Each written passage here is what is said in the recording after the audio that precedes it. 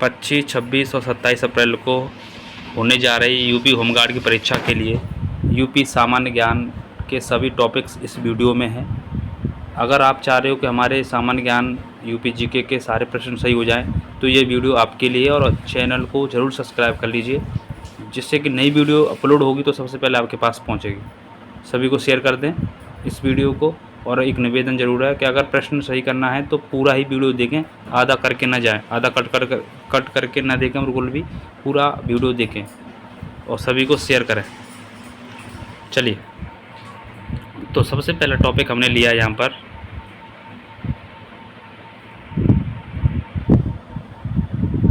उत्तर प्रदेश का सामान्य परिचय। तो उत्तर प्रदेश का सामान्य परिचय पढ़ते हैं। तो नामकरण है पहले। तो उत्तर प्रदेश का नामकरण हम बात करें तो 1836 से लेकर 1877 के बीच में उत्तर प्रदेश को पश्चिमी संयुक्त प्रांत एवं आगरा तथा अवध का संयुक्त प्रांत कहते थे। ठीक है। और 1902 में आगरा तथा अवध का संयुक्त प्रांत कहते थे। और 1937 में उत्तर प्रदेश का नाम पड़ा यूनाइटेड प्रोविंस। ठीक है, ध्यान रखना, ये पूछा जाता है। यूनाइटेड प्रोविंस या संयुक्त प्रांत कहते थे उत्तर प्रदेश को 1937 में, और ये उत्तर प्रदेश का पुराना नाम है। इसके बाद आगे चले तो 24 जनवरी 1950 को उत्तर प्रदेश का गठन हुआ। ठीक है, तो उत्तर प्रदेश का गठन कब हुआ? 24 जनवरी 1950 को, इसीलिए 24 जनवरी को उत्तर प्रदेश दिवस मनाते हैं। ठीक है, ये ध्यान देना। अगला आगे चलते हैं, अब राजधानी पे चलते हैं। अब आपका राजधानी से संबंधित प्रश्न आते हैं। तो उत्तर प्रदेश की सबसे पहले राजधानी 1836 में आगरा थी। उसके बाद 1858 में प्रयागराज, और 1921 में प्रयागराज से लखनऊ आ गई, जो कि आंशिक राजधानी थी। ठीक है, और इसके बाद में 1935 को लखनऊ पूर्ण रूप से राजधानी बन गई थी उत्तर प्रदेश की। तो ध्यान देना है, पूछता है कि 1921 में लखनऊ राजधानी बनी थी, कहाँ से? प्रयागराज से। ठीक है, और वो भी आंशिक और पूर्णकालिक बनी थी 1935 को। आगे चलते हैं। उत्तर प्रदेश का पुनर्गठन हुआ था 1 नवंबर 1956, या यहाँ पर उत्तर प्रदेश से उत्तराखंड का अलग होना। तो ध्यान देना है, 9 नवंबर 2000 उत्तर प्रदेश का उत्तराखंड से अलग होना 9 नवंबर 2000 को। इसीलिए आप लोग ध्यान देना है, उत्तराखंड जो है भारत का 27वां राज्य बना था। ठीक है, आगे चलते हैं। आगे चलते हैं अब यहाँ उत्तर प्रदेश का क्षेत्रफल 2,40,928 वर्ग किलोमीटर, जो कि संपूर्ण भारत का 7.33% है। ध्यान देंगे, भारत का क्षेत्रफल जो है 32,87,263 किलोमीटर है। इसके अकॉर्डिंग उत्तर प्रदेश का कितना है?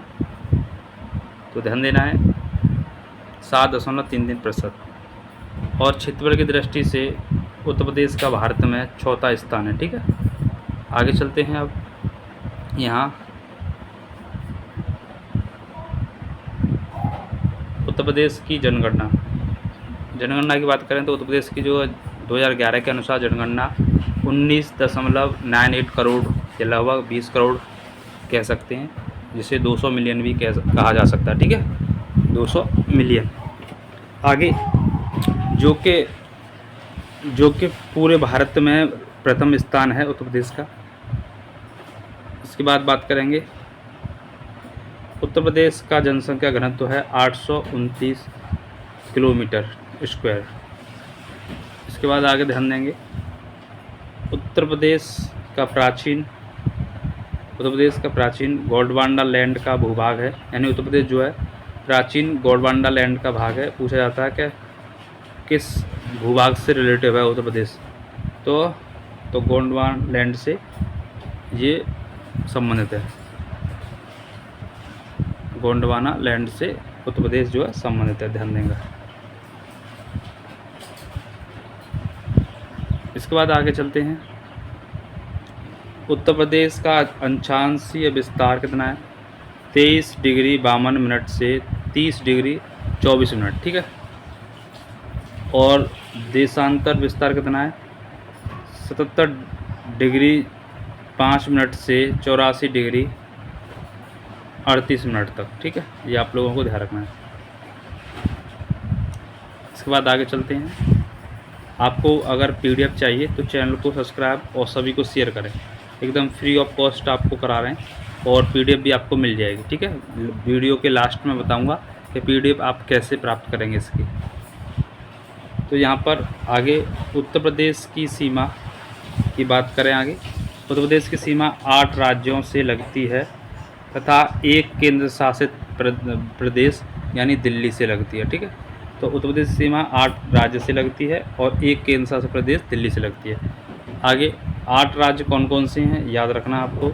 हिमाचल प्रदेश, हरियाणा, राजस्थान, मध्य प्रदेश, छत्तीसगढ़, बिहार और उत्तराखंड। ऐसे करके जो 8 राज्य हैं जिससे उत्तर प्रदेश की सीमा लगती है। हिमाचल प्रदेश ये उत्तर में पड़ जाता है, हरियाणा भी उत्तर में ये पश्चिम उत्तर में पड़ता है, राजस्थान जो है पश्चिम में पड़ जाता है। ठीक है, तो ऐसे करके ये अलग अलग दिशाओं से हैं, तो आपको वो ध्यान रखना है। 8 राज्यों से उत्तर प्रदेश की सीमा लगती है। आगे बात करें कि उत्तर प्रदेश की सर्वाधिक सीमा किससे लगती है पूछता है, तो मध्य प्रदेश से लगती है 9 से 90 किलोमीटर। पूछेगा उत्तर प्रदेश की सर्वाधिक सीमा मध्य प्रदेश से। तो यहाँ कह रहा है, ध्यान देना है, यूपी के 11 ज़िले MP को टच करते हैं यानी सीमा लगती है। तो सर्वाधिक सीमा लगती है मध्य प्रदेश से। कितने ज़िले लगते हैं यूपी के? 11 ज़िले। ठीक है, और 11 ज़िले कौन कौन से हैं पूछता कभी कभी, तो ध्यान रखना, आगरा, झांसी, जालौन, ललितपुर, महोबा, बांदा, सोनभद्र, मिर्ज़ापुर, चित्रकूट, प्रयागराज और इटावा। ठीक है, तो आप लोगों को ध्यान रखना है। इसके बाद MP के 13 ज़िले यूपी के ज़िलों को टच करते हैं। यूपी के 11 ज़िले लगते हैं, MP के 13 ज़िले लगते हैं। ठीक है, ध्यान रखना। आगे सबसे कम सीमा किससे लगती है उत्तर प्रदेश की, तो हिमाचल प्रदेश से। हिमाचल प्रदेश में से सीमा लगती है और हमारा जो ज़िला है सहारनपुर इससे टच होता है। ठीक है, सबसे कम सीमा बनाता है हिमाचल प्रदेश से। सबसे कम सीमा, सर्वाधिक सीमा मध्य प्रदेश से। ठीक है, आगे दूसरे नंबर पर अगर हिमाचल प्रदेश ऑप्शन में नहीं है तो छत्तीसगढ़ से सोनभद्र लगाता है, और तीसरे नंबर पर झारखंड। ठीक है, तो सबसे कम सीमा हिमाचल प्रदेश से, दूसरे नंबर पर छत्तीसगढ़ से और सर्वाधिक सीमा MP से। आगे चलते हैं। ऐसा प्रश्न आता है, ठीक है, आप लोगों को ध्यान रखना है। अगला प्रश्न, उत्तर प्रदेश की सीमा एकमात्र देश से लगती है, नेपाल से। कितनी? 579 किलोमीटर। ठीक है, 579 किलोमीटर। आगे यूपी के नेपाल से 7 ज़िले सीमा साझा करते हैं। तो पूछा सकता है कि उत्तर प्रदेश के कितने ऐसे ज़िले हैं जो नेपाल से सीमा बनाते हैं, तो 7 ज़िले हैं। कौन कौन से याद कर लेना, पीलीभीत, लखीमपुर खीरी, श्रावस्ती, बहराइच, बलरामपुर, सिद्धार्थनगर और महाराजगंज। 7 ज़िले हैं। तो दोबारा से बता रहा हूँ, पीलीभीत, लखीमपुर खीरी, श्रावस्ती, बहराइच, बलरामपुर, सिद्धार्थनगर और महाराजगंज। ठीक है, आगे चलते हैं। ये सारे प्रश्न पेपर में आपके में बनेंगे। अगर आपको ये खुद के नोट्स, मेरे बनाए हुए नोट्स आपको अच्छे लग रहे हों तो चैनल को सब्सक्राइब करें और सभी को शेयर करें। अगर ये इसकी PDF चाहते हो तो आप पूरा वीडियो देखें जिससे आपको हर बात समझ में आ जाए। उसके बाद में आपको फिर एक बार और रिवीजन करना है पेपर में जाने से पहले। ठीक है, थोड़ा मैं जल्दी बोल रहा हूँ इसीलिए एक आध शब्द मिस्टेक हो सकता है, तो उसके लिए मैं माफ़ी चाहूँगा क्योंकि समय कम बचा हुआ है, इसीलिए थोड़ा सा स्पीड से चलना है। यहाँ पर यूपी का सोनभद्र जिला सर्वाधिक 4 जिलों से सीमा स्पर्श करता है। ठीक है, 4 जिलों से कौन कौन से? सोनभद्र पूछता है कि देश का एकमात्र कौन सा जिला है जो 4 राज्यों से सीमा बनाता है, तो मध्य प्रदेश से लगाता है, छत्तीसगढ़ से, झारखंड से और बिहार से। ठीक है, तो आप लोगों को ध्यान रखना। इसके बाद दिशाओं के आधार पर आ जाइए, तो उत्तर प्रदेश का सबसे उत्तरी जिला कौन सा है? सबसे उत्तरी जिला है सहारनपुर। ठीक है, जो कि हिमाचल प्रदेश से सीमा लगाता है। तो उत्तरी हिमाचल प्रदेश और दक्षिणी कौन सा है? सोनभद्र। ठीक है, सोनभद्र। और सोनभद्र 4 जिलों से, मध्य प्रदेश, छत्तीसगढ़, झारखंड और बिहार। तो उत्तर में सहारनपुर, दक्षिण में सोनभद्र। इसके बाद पश्चिम में उत्तर प्रदेश की सीमा लगती है शामली से। ठीक है, सबसे पश्चिमी जिला कौन सा उत्तर प्रदेश का? शामली। और सबसे पूर्वी जिला कौन सा उत्तर प्रदेश का? वो बलिया। ठीक है, कौन सा है? बलिया। तो मैंने आपको बता दी, दोबारा से बता रहा हूँ।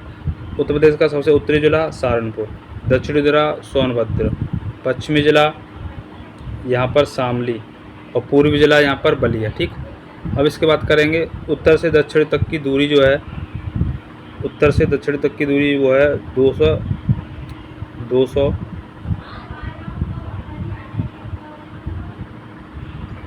240 किलोमीटर, ठीक है। उत्तर से दक्षिण की दूरी 240 किलोमीटर है और पश्चिम से पूर्व की दूरी जो है 650 किलोमीटर, ठीक है। तो पूछा जा सकता है ये भी कि सर्वाधिक दूरी किस की ओर है, तो पूर्व से पश्चिम की ओर सर्वाधिक दूरी है 650 किलोमीटर और उत्तर से दक्षिण जो है 250 है। इनका योग भी पूछा जा सकता है, तो याद रखना 240 उत्तर से दक्षिण और 650 650 पूर्व से पश्चिम, जोड़ो 0 9 और यहाँ 8 890 किलोमीटर, ठीक है। अंतर भी पूछा जा सकता है, तो आप लोग ध्यान रखना। अगला, अगर आपको अच्छा लग रहा है ऐसा नोट्स पाना चाह रहे हो तो चैनल को सब्सक्राइब शेयर करें वीडियो को। मैं पूरा इस वीडियो में आपको बताऊंगा सारे सामान्य ज्ञान के प्रश्न जो पेपर में आपके बनेंगे, इसलिए सबको शेयर करें। आगे कह रहा है कि सहारनपुर 3 जिलों के साथ सीमा साझा करता है, हिमाचल प्रदेश, हरियाणा, ठीक है, हिमाचल प्रदेश, हरियाणा और उत्तराखंड, ठीक है। तो ध्यान देंगे, ये भी प्रश्न आ सकता है। इसके बाद क्षेत्रफल की दृष्टि से यूपी के ज़िले, सबसे बड़े ज़िले, तो क्षेत्रफल की दृष्टि से यूपी का सबसे बड़ा ज़िला है लखीमपुर खीरी और दूसरे पर सोनभद्र। तो सबसे बड़ा लखीमपुर खीरी, सबसे छोटा सोनभद्र। आगे, क्षेत्रफल की दृष्टि से न्यूनतम ज़िले तो हापुड़ और दूसरे नंबर पर गाजियाबाद। तो ध्यान देना है, क्षेत्रफल की दृष्टि से सबसे बड़ा जिला लखीमपुर खीरी और छोटा हापुड़, ठीक है। इसके बाद आगे चलते हैं। तो उत्तर प्रदेश में कुल ज़िले कितने हैं? 75। एक और ज़िला और हो गया है जिसे कल्याण सिंह नगर बोलते हैं, ये भी ज़िला है, ये घोषणा हो चुकी है कल्याण सिंह नगर, जो कि बुलंदशहर से बनेगा। उत्तर प्रदेश में मंडल की बात करें, कितने मंडल हैं? तो 18 मंडल हैं, ठीक। आगे बात करें उत्तर प्रदेश के अन्य मुख्यालय के नाम वाले ज़िले। बाकी देखो, कुछ का तो वही मुख्यालय है सेम, लेकिन कुछ अन्य का है मुख्यालय है अलग है, तो उनको याद कर लो। सबसे पहले आता है अमेठी। अमेठी का मुख्यालय कहाँ है? गौरीगंज, ठीक है, अमेठी का गौरीगंज। सिद्धार्थनगर का नौगढ़, सिद्धार्थनगर का नौगढ़। इसके बाद संभल का पमवास, ठीक है। जालौन का उरई, जालौन उरई। संभल का पमवास, सिद्धार्थ का नौगढ़, अमेठी का गौरीगंज। इसके बाद सोनभद्र का ध्यान रखना है, रॉबर्टगंज, सोनभद्र का रॉबर्टगंज। कानपुर देहात का अकबरपुर, ठीक है। तो इतने आप लोगों को ध्यान रखना है, ये अलग अलग ज़िलों के मुख्यालय अलग अलग जगह पर हैं, उस ज़िले का नाम नहीं है मुख्यालय में, तो आप लोगों को ध्यान रखना। दोबारा से बता रहा हूँ, अमेठी का गौरीगंज, सिद्धार्थनगर का नौगढ़, संभल का पमवास, जालौन का उरई, सोनभद्र का रॉबर्टगंज, कानपुर देहात का अकबरपुर, ठीक। आगे चलते हैं। यहाँ पर कौशाम्बी का मंजरपुर, संत कबीरनगर का खलीलाबाद, ठीक है, संत कबीरनगर का खलीलाबाद, ठीक है, कौशाम्बी का मंजरपुर। इसके बाद अम्बेडकर नगर का अकबरपुर, गौतम बुद्ध नगर का नोएडा, फर्रुखाबाद का फतेहगढ़, कुशीनगर का पडरौना, ठीक है, कुशीनगर का पडरौना। तो ये ध्यान रखना, ठीक है। एक दोबारा से फिर बता दे रहा हूँ मैं जल्दी से, जिससे आपको याद हो जाए। कौशाम्बी का मंजरपुर, संत कबीरनगर का खलीलाबाद, अम्बेडकर नगर का अकबरपुर, गौतम बुद्ध नगर का नोएडा, फर्रुखाबाद का फतेहगढ़ और कुशीनगर का पडरौना, ठीक है। ये आप लोग ध्यान रखना।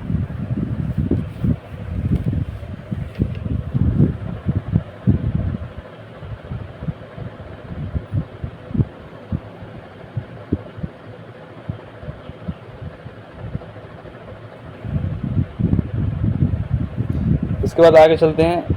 NCR, नेशनल कैपिटल रेंज, यानी राष्ट्रीय राजधानी क्षेत्र में यूपी के 8 जिले आते हैं। पूछेगा NCR में कितने जिले आते हैं? 8। कौन कौन से? मेरठ, गाजियाबाद, गौतम बुद्ध नगर, बुलंदशहर, हापुड़, बागपत, मुजफ्फरनगर, शामली, ठीक है। तो 8 जिले हैं, 8 को याद रखना। दोबारा से फिर बता रहा हूँ, मेरठ, गाजियाबाद, गौतम बुद्ध नगर, बुलंदशहर, हापुड़, बागपत, मुजफ्फरनगर, और शामली। पूछेगा नवीनतम कौन सा जोड़ा है 8वां, तो शामली। ठीक है, ये नवीनतम है। ये सारे प्रश्न पेपर में बनेंगे, देख लेना। आप लोग वीडियो को पूरा दिल देखें। आगे चलते हैं अब। उत्तर प्रदेश का प्रशासनिक परिचय। प्रशासनिक परिचय पे आ जाइए। एक प्रश्न पक्का है इस टॉपिक से 100%। कह रहा है लोकसभा में उत्तर प्रदेश की कुल सीटें 80 हैं। कितनी हैं? 80। इसमें 17 सीट SC की, ST की 0 सीट। तो 80 सीटों में 17 SC की हैं और 0 ST की। उत्तर प्रदेश में राज्यसभा की सीट 31। इसके बाद यूपी में विधानसभा यानी MLA की सीट कितनी है? 403। जिसमें आरक्षित सीट हैं वो हैं 86। ठीक है, और जिसमें 84 SC की हैं और 2 ST की हैं।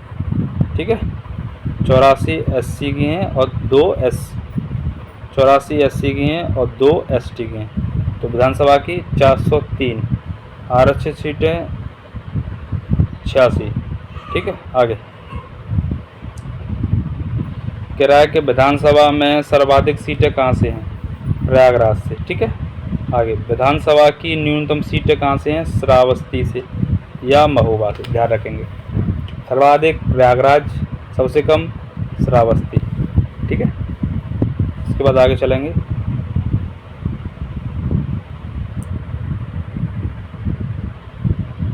उत्तराखंड बनने से पहले विधानसभा की कुल सीटें 425 थीं। कितनी थी? 425। और अभी कितनी है? 403। आरक्षित कितनी है इसमें से? 86। आगे उत्तर प्रदेश में विधानमंडल का गठन कब हुआ? तो जुलाई 1937 में। उत्तर प्रदेश राज्य विधानमंडल कैसा है? तो द्विसदनात्मक है। ठीक है, राज्यसभा भी है उसमें, माफ़ कीजिए, विधान परिषद भी है और विधानसभा भी। आगे उत्तर प्रदेश में विधान परिषद की सीटें कितनी हैं? तो 100 हैं। कितनी है? विधान परिषद 100, विधानसभा कितनी है? 403। आगे उत्तराखंड बनने से पहले कितनी थी? 108। तो विधान परिषद की सीटें वर्तमान कितनी है? 100, पहले कितनी थी? 108। इसके बाद आगे चलेंगे। यूपी में संभागों या मंडलों की संख्या कितनी है? तो 18 संभाग हैं या मंडल हैं। ठीक है, अब देखें आगे। यहाँ पर यूपी में सबसे बड़े मंडल कौन से हैं? तो मेरठ, लखनऊ, कानपुर। इनमें 6 ज़िले आते हैं। कौन से? मेरठ, लखनऊ, कानपुर, 6 ज़िले आते हैं। इसके बाद आप लोगों को ध्यान रखना है, न्यूनतम यानी छोटे मंडल मिर्ज़ापुर, आजमगढ़, बस्ती, झांसी, सहारनपुर। ठीक है, इसके बाद आगे चलते हैं। अलीगढ़ मंडल, यह यूपी का नवीनतम 18वां मंडल है जो 2008 में बना। ठीक है, तो नवीनतम मंडल कौन सा है? अलीगढ़। कब बना? 2008 में। आगे यूपी में कुल कितने ज़िले हैं? अब 75 + 1 76 हो चुके हैं। यूपी में कुल तहसीलें कितनी है? तो 351 है। 351 ज़िले, 75 हैं पहले, प्लस 1 कल्याण श्री नगर की घोषणा हो चुकी है, तो 76वां ज़िला। और तहसीलें 351। नगर निगम कितने उत्तर प्रदेश में? 17। नगर निगम 17। उत्तर प्रदेश कह रहा है यूपी नगर पंचायतें 546। नगर पंचायतें 546। यूपी नगर पालिकाएँ 200। जिला पंचायत 75। ठीक है, जितना जिला उतनी ही पंचायत है, नगर। ठीक है, तो दोबारा से याद रखेंगे। यहाँ पर जिले 75 + 1 76 हैं। तहसील कितनी है? 351 है। नगर निगम कितने हैं? 17 हैं। नगर पंचायतें कितनी हैं? 546। नगर पंचायतें 546। नगर पालिकाएँ 200। जिला पंचायतें 75। ठीक है, आगे चलते हैं। अब नया टॉपिक, उत्तर प्रदेश की जनगणना 2021। तो जनगणना, भारत में सर्वप्रथम जनगणना 1872 में लॉर्ड मेयो के द्वारा कराई। ठीक है, तो लॉर्ड मेयो ने सबसे पहले जनगणना कराई। आगे भारत में सर्वप्रथम नियमित रूप से 1881 में लॉर्ड रिपन के द्वारा जनगणना हुई, जो कि एक दशीय जनगणना थी, यानी 10 साल बाद। ठीक है, आगे कह रहा है कि यूपी जनगणना 2011, कुल जनसंख्या तो 19.98 करोड़, ठीक है, या 20 करोड़, या इसे बोलेंगे 200 मिलियन। इसके बाद आगे चलते हैं। इसके अनुसार यूपी का जनसंख्या के मामले में पहला स्थान है। आगे यूपी की जनसंख्या देश की जनसंख्या का 16.5% है, ठीक है, कितना है 16.5, और वैसे क्षेत्रफल में बात करेंगे तो 7.33% है, ठीक है। इसके बाद आगे चलें बात, तो यूपी में जनसंख्या पुरुष, तो पुरुष जनसंख्या का पुरुष कितना है, तो 52.29% पुरुष है, 52.29, और यहाँ महिला जो है वो है 47.7%, 52.29% पुरुष, 47.71% यहाँ पर महिला। आगे बात करेंगे, यूपी में सर्वाधिक जनसंख्या वाला जिला प्रयागराज 1 नंबर पर, 2 नंबर पर मुरादाबाद, ठीक है, प्रयागराज मुरादाबाद। यूपी में न्यूनतम जिला कौन सा है कम जनसंख्या वाला, तो महोबा और चित्रकूट, ठीक है। तो सर्वाधिक प्रयागराज जिला है, सर्वाधिक जनसंख्या प्रयागराज में, दूसरे नंबर पर मुरादाबाद में, सबसे कम महोबा फिर चित्रकूट। इसके बाद आगे चलते हैं, वृद्धि दर 1991 से 2001 में 25.85 यह सर्वाधिक वृद्धि तय की गई। 2001 से 2011 तक 20.23 वृद्धि आई, ठीक है। तो 1901 से लेकर 2001 तक 25.85% जो कि सर्वाधिक वृद्धि थी, ध्यान रखना।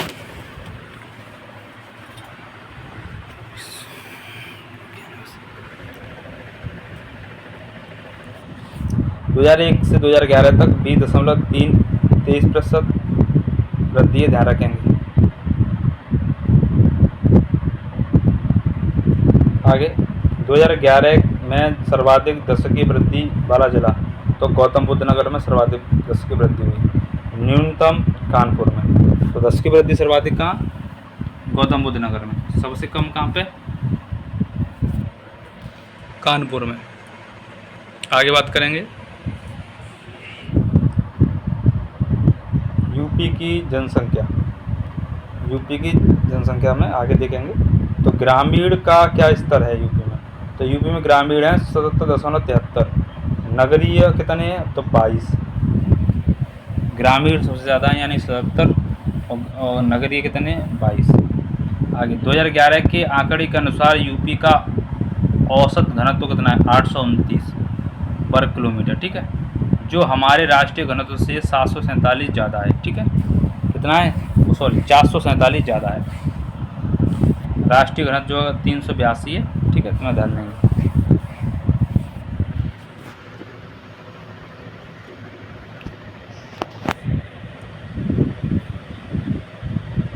आगे चलते हैं, यूपी का घनत्व, सर्वाधिक घनत्व वाले जिला है गाजियाबाद, न्यूनतम घनत्व वाला जिला है ललितपुर, ठीक। आगे यूपी का साक्षरता दर कितना है, तो 67.72%, ठीक है, साक्षरता कितनी है यूपी की, तो 67.7।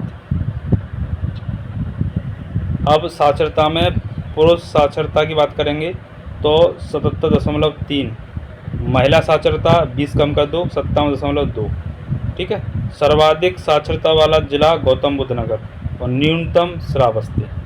पूछेंगे आपसे, ध्यान देंगे, ये प्रश्न आपसे पूछे जाते हैं।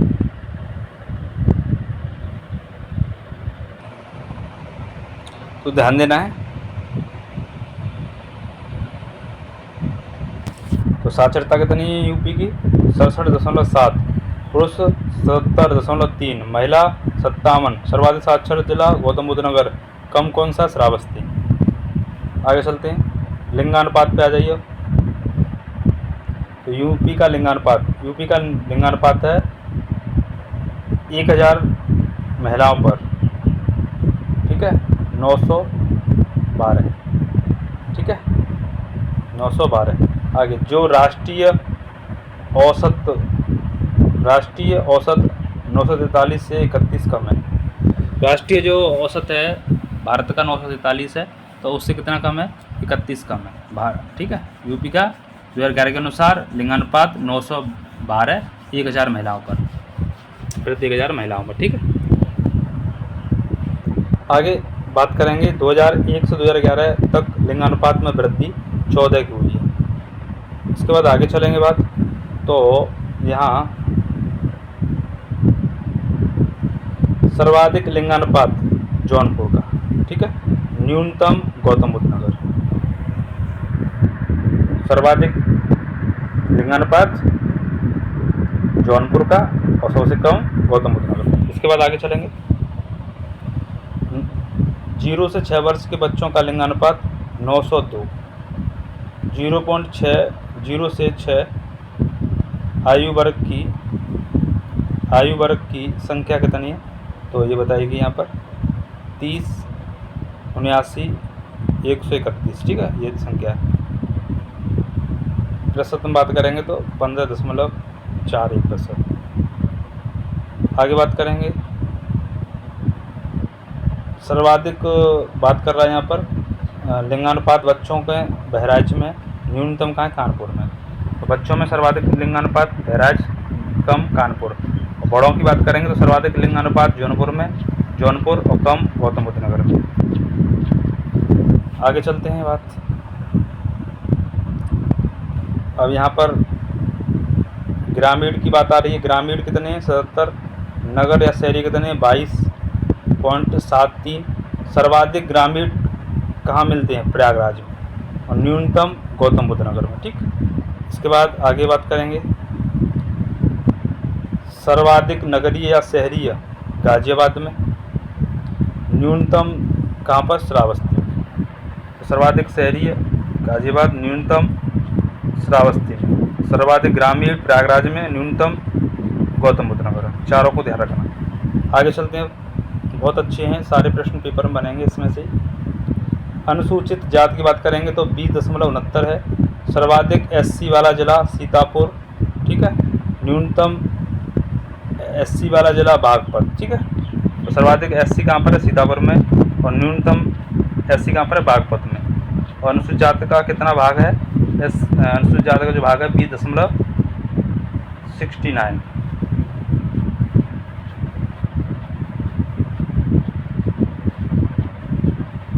आगे चलते हैं, अनुसूचित जनजाति यानी ST का भाग 0.57। सर्वाधिक ST सोनभद्र में, न्यूनतम बागपत में, ठीक है। तो सर्वाधिक SC सीतापुर में, न्यूनतम बागपत में। सर्वाधिक ST सोनभद्र में और न्यूनतम बागपत में, ठीक है। आगे यहाँ पर जनसंख्या 2011 के अनुसार यूपी में धार्मिक रूप से जनगणना, सर्वाधिक हिंदू कितने, 79.73 सर्वाधिक। उसके बाद मुस्लिम की बात करेंगे 19.26। फिर बौद्ध की बात करेंगे 0.10, जो कि सबसे कम है, ठीक है। तो सर्वाधिक हिंदू हैं 79.73, मुस्लिम है 19.6, ठीक है, ध्यान रखेंगे। दूसरे नंबर पर मुस्लिम का स्थान है यहाँ, और उसके बाद बौद्ध है सबसे कम।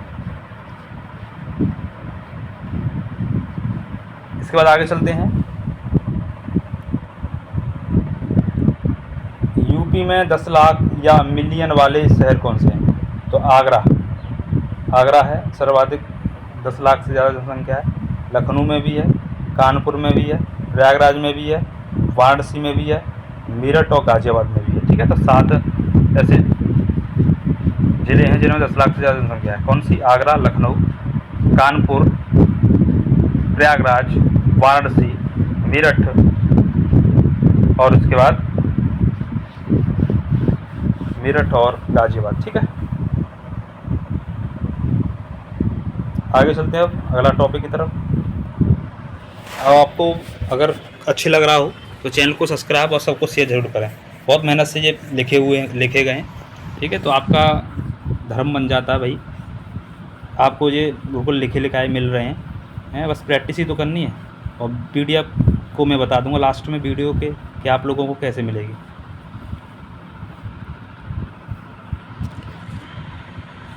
यहाँ पर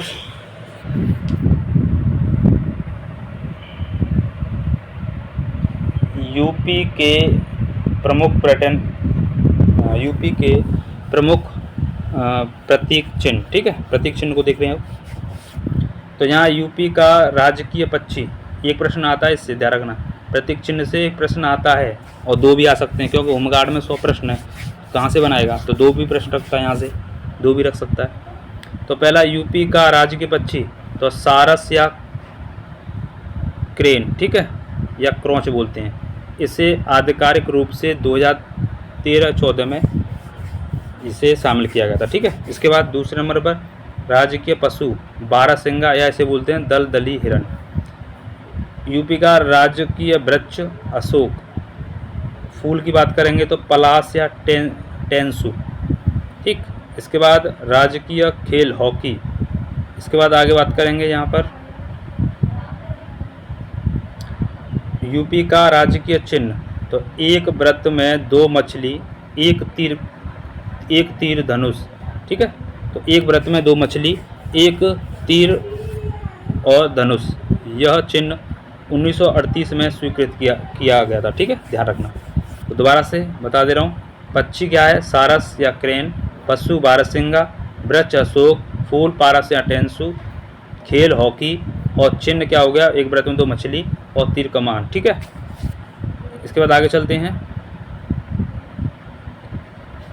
यूपी की प्राथमिक राजभाषा तो हिंदी है, द्वितीय क्या है, उर्दू है, ठीक।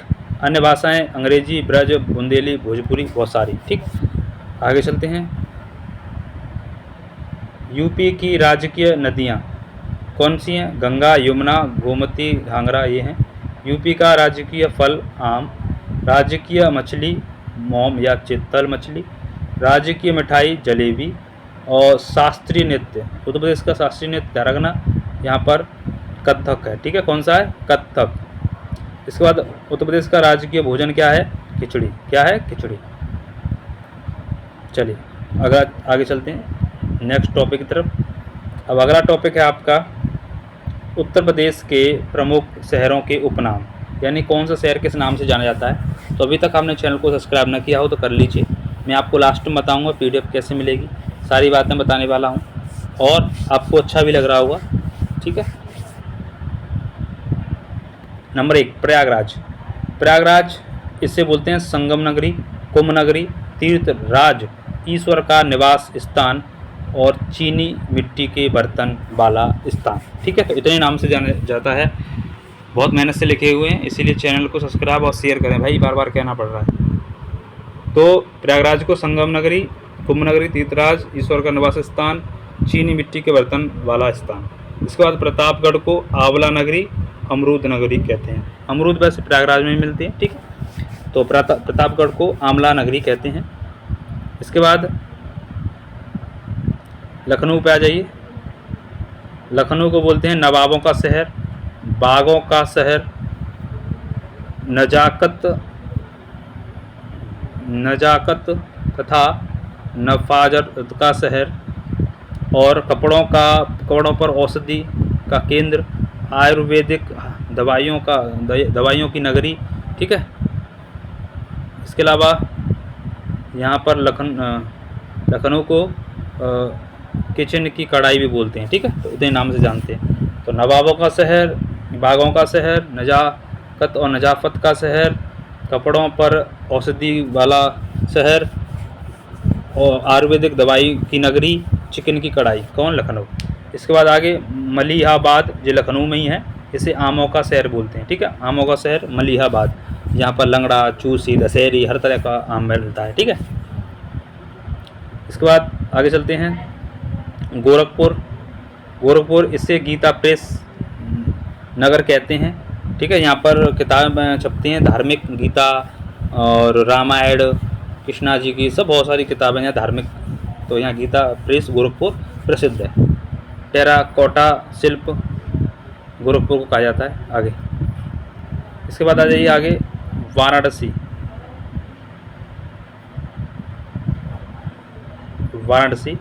विश्वनाथ की नगरी, शिव नगरी, घाटों का शहर, मुक्ति का क्षेत्र, प्राचीन नगरी। तो इतना हम वाराणसी को कहते हैं सबसे प्राचीन नगरी, मुक्ति का क्षेत्र, घाटों का शहर, कौन सा है, वाराणसी, जिसे बनारस बोलते हैं, काशी बोला जाता है। अगला 7वां जौनपुर, जौनपुर को सिराज ए हिंद या पूर्व का सिराज कहते हैं, ठीक है, बहुत आता है। आगे बरेली, तो बरेली का कहते हैं बरेली का सुरमा, तो सुरमा नगरी बरेली, सुरमा नगरी बरेली। बांस नगरी बैंत नगरी, ठीक है, बैंत नगरी भी बोला जाता है इसको। इसके अलावा यहाँ पर सुरमा नगरी, बांस नगरी, बैंत माचिस नगरी और देसलाई नगरी किसको बोलते हैं, बरेली को।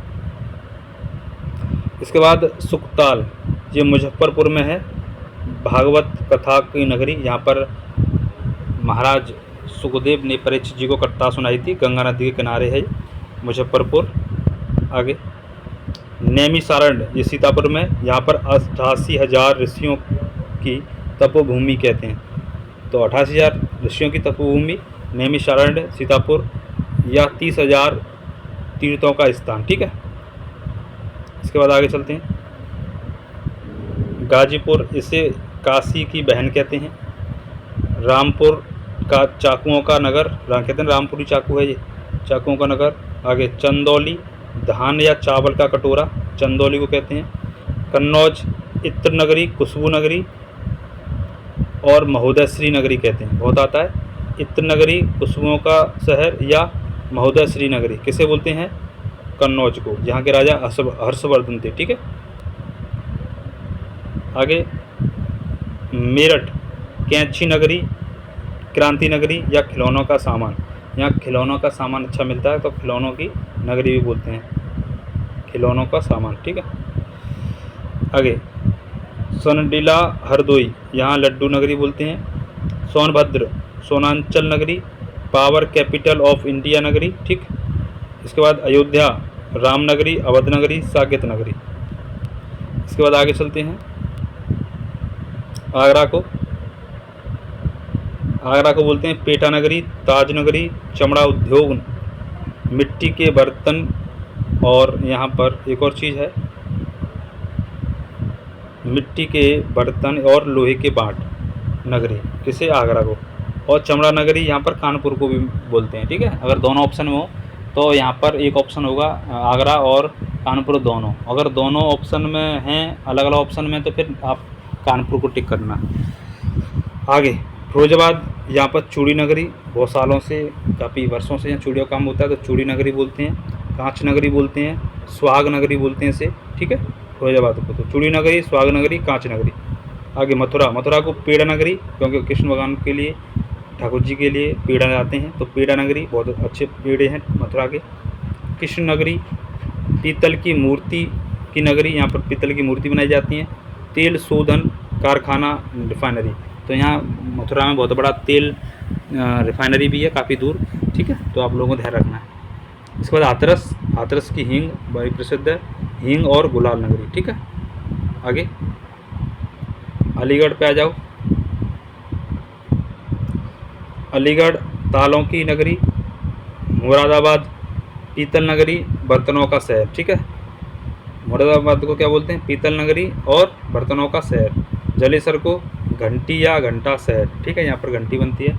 और यहाँ पर भगवान श्री कृष्ण राम जी का मंदिर बना था तो घंटा गया था, तो घंटा या घंटी नगरी जलेसर। पीतल नगरी मुरादाबाद। इसके बाद आगे चलते हैं।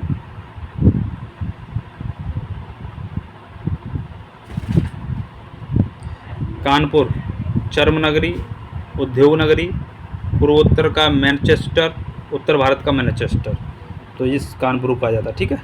दोबारा से बताएं, चर्म नगरी या चमड़ा नगरी, उद्योग नगरी, पूर्वोत्तर का मैनचेस्टर, उत्तर भारत का मैनचेस्टर। आगे गाजियाबाद उद्योग नगरी या छोटा दिल्ली, ठीक है, उद्योग नगरी या छोटा दिल्ली, बहुत उद्योग होता है यहाँ पर सीमेंट वगैरह का। आगे गौतम बुद्ध नगर नोएडा, इसे यूपी का सो बेड़ो कहते हैं, यूपी का सो बेड़ो। आगे सहारनपुर को पेपर नगरी, सिगरेट का गोदाम या लोहे के बांट, लोहे के बांट आगरा में मिलते हैं और यहाँ भी मिलते हैं, ठीक है। तो पेपर और सिगरेट का गोदाम कहाँ पर, सहारनपुर में। आगे बलिया, बस से बलिया, बस से बिंदिया, ठीक है, बिंदिया अच्छी मिलती हैं बलिया में। आगे झांसी में विद्युत ट्रांसफॉर्मर नगरी बोलते हैं। और हरदोई में, यहाँ भदोई नहीं है, हरदोई है, हरदोई है, हाँ यहाँ पर हरदोई में कॉर्पोरेट सिटी या कालीन का शहर बोलते हैं, कालीन नगरी हरदोई। इसके बाद लखीमपुर खीरी कृषि पशुधन नगरी। इसके बाद मिर्ज़ापुर को सीमेंट नगरी बोलते हैं, मिर्ज़ापुर को सीमेंट नगरी। ध्यान रखना ये सब प्रश्न आते हैं। आगे रायबरेली को भारतीय रेल की कोच निर्माण नगरी कहते हैं, यहाँ पर रेल के डिब्बे बनते हैं। फर्रुखाबाद को गुड़ या हाथ की छपाई नगरी, हाथ की छपाई या गुड़ नगरी फर्रुखाबाद। रेल की कोच नगरी रायबरेली, सीमेंट नगरी मिर्ज़ापुर, कृषि पशुधन लखीमपुर खीरी और कालीन हरदोई को बिंदिया बलिया पेपर और सिगरेट गोदाम नगरी सहारनपुर। अगला महाराजगंज को फर्नीचर नगरी बोलते हैं, फर्नीचर मिलते हैं अच्छे। अमरोहा ढोलक के लिए ताल वाद्य, ढोलक और ताल वाद्य अमरोहा। फर्नीचर ध्यान देंगे महाराजगंज। चीनी मिट्टी के बर्तन खुर्जा, खोजा नहीं खुर्जा जी, ठीक है, खुर्जा। पीलीभीत बांस नगरी, ठीक है, पीलीभीत को बांस नगरी भी बोलते हैं, ठीक है, और बरेली में ही बांस मिलती है।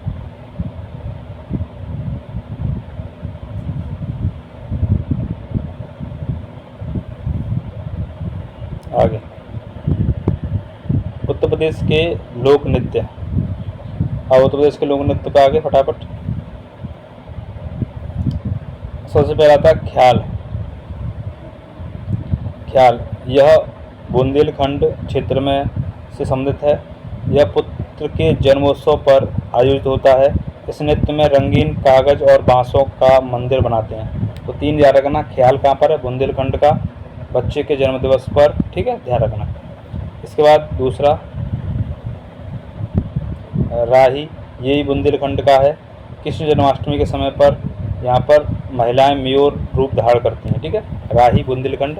क्षेत्र ध्यान रखना, क्षेत्र बहुत इंपॉर्टेंट है, क्षेत्रीय पेपर पूछता है। तो राही कहाँ पर है, बुंदेलखंड का, ख्याल बुंदेलखंड का। इसके बाद पाई डंडा, यह बुंदेलखंड से संबंधित है। इसे बुंदेलखंड का डांडिया कहते हैं।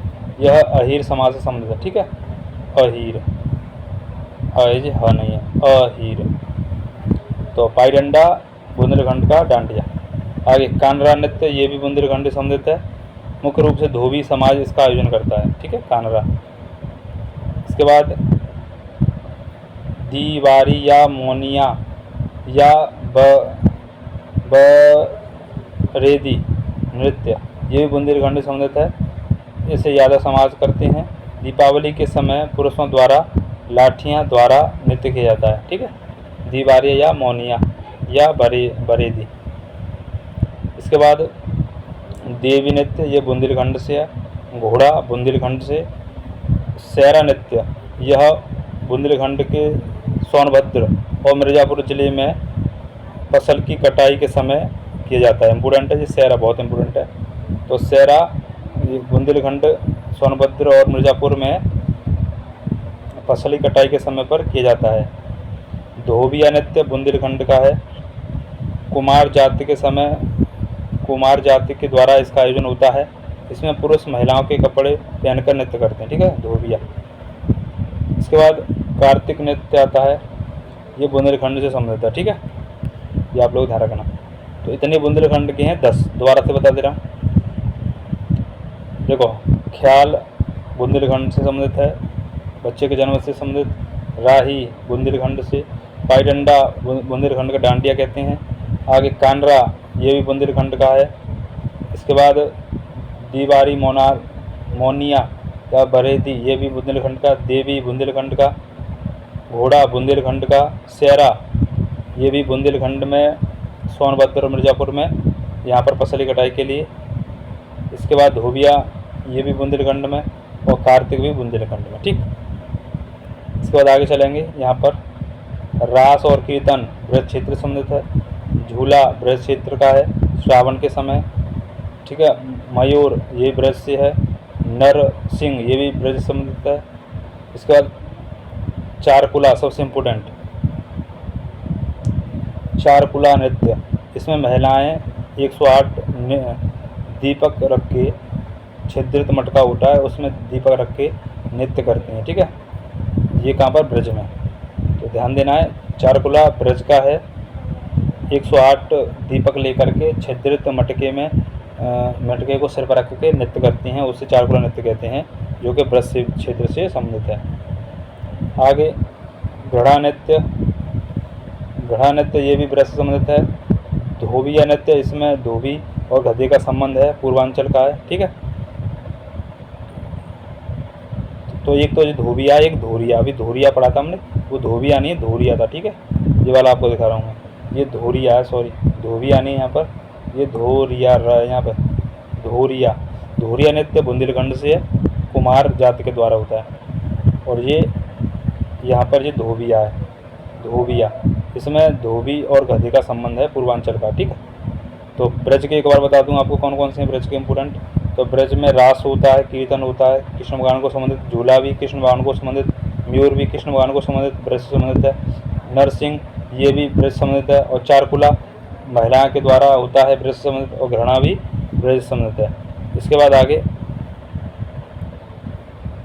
धोबिया नृत्य, यहाँ पर धोबी और गधे का संबंध है, पूर्वांचल से है।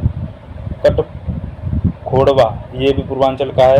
कहुर पूजा पूर्वांचल का है। नटवरी पूर्वांचल में यादव समाज के द्वारा। ठीक है, और नटकौरा यहाँ पर पूर्वांचल में लड़के की बारात के बाद किए जाने वाला नृत्य है, नटकौड़ा। इसके बाद में नटुआ ये भी पूर्वांचल का है। विदेशिया ये भी पूर्वांचल का है। ठीक है, तो पूर्वांचल के ये इम्पोर्टेंट है। दोबारा से बता दूं, यहाँ पर धोबिया पूर्वांचल का, कटखोड़वा पूर्वांचल, कहुरा पूर्वांचल, नटवरी पूर्वांचल, नटकोड़ा पूर्वांचल, नटुआ पूर्वांचल,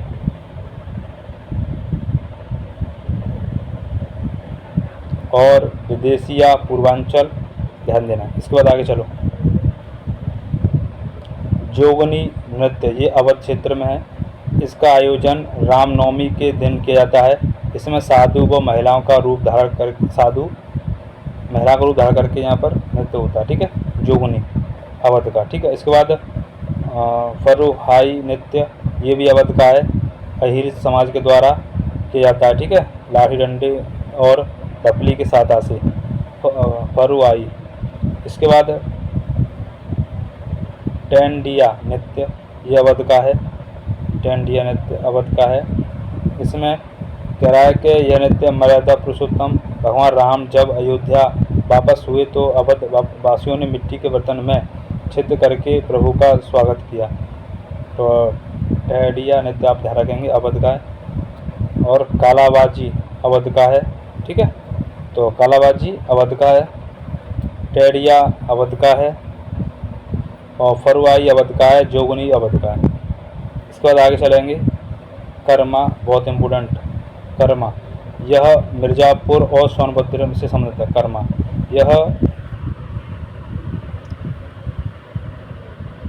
यह खरीफ की फसल की बुवाई और होली के समय आयोजन किया जाता है। ठीक है, तो कर्मा। ठीक है, फसल की बुवाई और होली के समय कहाँ पर, मिर्ज़ापुर और सोनभद्र। ठीक, इसके बाद आगे चलते हैं, कुछ और हैं यहाँ पर। कह रहा है ठडिया नृत्य यह सोनभद्र जिले में संबंधित है। यह नृत्य संतान की कामना के लिए किया जाता है। ठीक है, ठडिया नृत्य।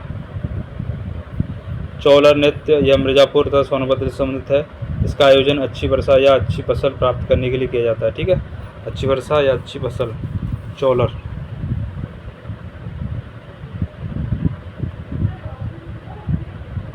मिर्ज़ापुर या सोनभद्र में चौलर, कहाँ पर, मिर्ज़ापुर या सोनभद्र में। ठडिया भी मिर्ज़ापुर और सोनभद्र में। आगे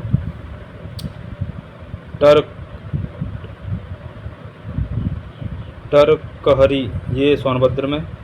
धीवर नृत्य कहार जाति के द्वारा होता है। धीवर कहार जाति के द्वारा। तो सोनभद्र की एक बात दोबारा बता रहा हूँ, डरकहरी सोनभद्र में, चौलर मिर्ज़ापुर में और सोनभद्र में, कठरिया या भी सोनभद्र में। इसके बाद आगे छपेरी नृत्य यह आध्यात्मिक शांति की कामना के लिए इस नृत्य का आयोजन किया जाता है। इसे नृत्य करते समय नृत्याना एक हाथ में रूमाल और दूसरे हाथ में दर्पण लेकर नृत्य करती है। छपेली। आगे जोहलिया नृत्य, यह नृत्य राजपूत समाज हाथ में तलवार लेकर के करते हैं। ठीक है, तो ये आपके लोक नृत्य हो गए उत्तर प्रदेश के। ठीक है, इसके बाद आगे चलते हैं। आगे आगे आपका लोकगीत। सबसे पहले आता है कजरी। कजरी, ठीक है। कजरी यह एक प्रमुख रूप से मिर्ज़ापुर में यानी पूर्वांचल व अवध में से संबंधित है। यह वर्षा ऋतु में गाया जाने वाला एक लोकगीत है। इस गीत में, ठीक है, तो आप लोगों को ध्यान रखना कि कजरी कहाँ गाया जाता है, मिर्ज़ापुर में विशेष रूप से, और वर्षा ऋतु में कजरी। आगे झूला गीत ब्रज क्षेत्र से संबंधित है। रसिया ये ब्रज से, लंगुरिया ब्रज, फाग ब्रज। ठीक है, इसके बाद में पटका या समाज गीत ब्रज। तो ब्रज कौन से हैं? झूला, रसिया, लंगुरिया, फाग, पटका ब्रज के। इसके बाद आगे आ जाओ पुरल भगत गीत। पूरन भगत, सॉरी पूरन नहीं, पूरन है। पूरन भगत पश्चिमी उत्तर प्रदेश का है। या साधुओं द्वारा इसका आयोजन होता है। ठीक है, रागनी गीत पश्चिमी उत्तर प्रदेश में, और ढोला गीत पश्चिमी उत्तर प्रदेश में। तो ढोला पश्चिमी उत्तर प्रदेश में, ढोला कहाँ पर? पश्चिमी उत्तर प्रदेश में। रागनी पश्चिमी उत्तर प्रदेश में, और पूरन भगत, पूरन भगत का लेना, पूरन भगत ये पश्चिमी यूपी में। आगे गुजरी गीत पश्चिमी यूपी में। इसके बाद कव्वाली अवध में, नटका अवध में, सोहर अवध में, ठीक है, और कजरी भी अवध में और मिर्ज़ापुर में। ठीक है, फाग भी अवध में। ठीक है, तो इतना ध्यान रखेंगे। फाग, कजरी, सोहर, नटका, कव्वाली ये सब अवध में। इसके बाद आगे विरहा लोकगीत उत्तर प्रदेश का प्रमुख गीत। पूर्वांचल भोजपुर में इसका आयोजन होता है। सोहर गीत पूर्वांचल में, हरदोल गीत बुंदेलखंड में, पमवाना ये बुंदेलखंड में, आला गीत महुआ बुंदेलखंड का क्षेत्र, रावड़ी लोकगीत ये रावड़ी लोकगीत है रुहेलखंड का, रावड़ी रुहेलखंड का, और 72 बील गीत रुहेलखंड का। ठीक है, तो रावड़ी और 72 बील रुहेलखंड का, आला महुआ और पमवाना बुंदेलखंड का, हरदौल बुंदेलखंड का। ठीक है, ध्यान देना है।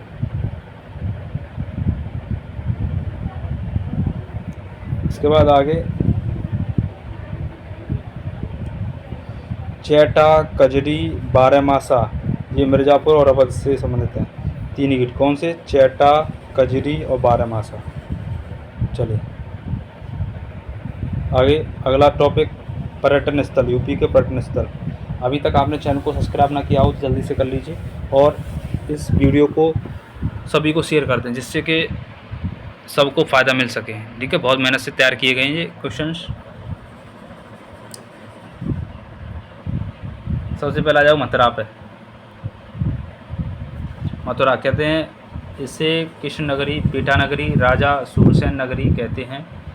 यह यमुना नदी के दाएं तट पर स्थित है। ठीक, इसके बाद प्रथम पर्यटन स्थल देखते हैं। सबसे पहले आता है श्री कृष्ण जन्मभूमि। इसका निर्माण करवाया था वीर सिंह बुंदेला ने, और इसे ध्वस्त किया था 1670 में औरंगजेब द्वारा। ठीक है, इसके बाद यहाँ पर ध्वस्त करने के बाद यहाँ औरंगजेब ने ईदगाह मस्जिद बनवाई थी। ठीक है, ईदगाह मस्जिद है श्री कृष्ण की जन्मभूमि पर ही है। इसने मतलब वहाँ 7 गेट थे तो 6 तोड़वा दिए थे, लास्ट का नहीं तोड़ पाया था।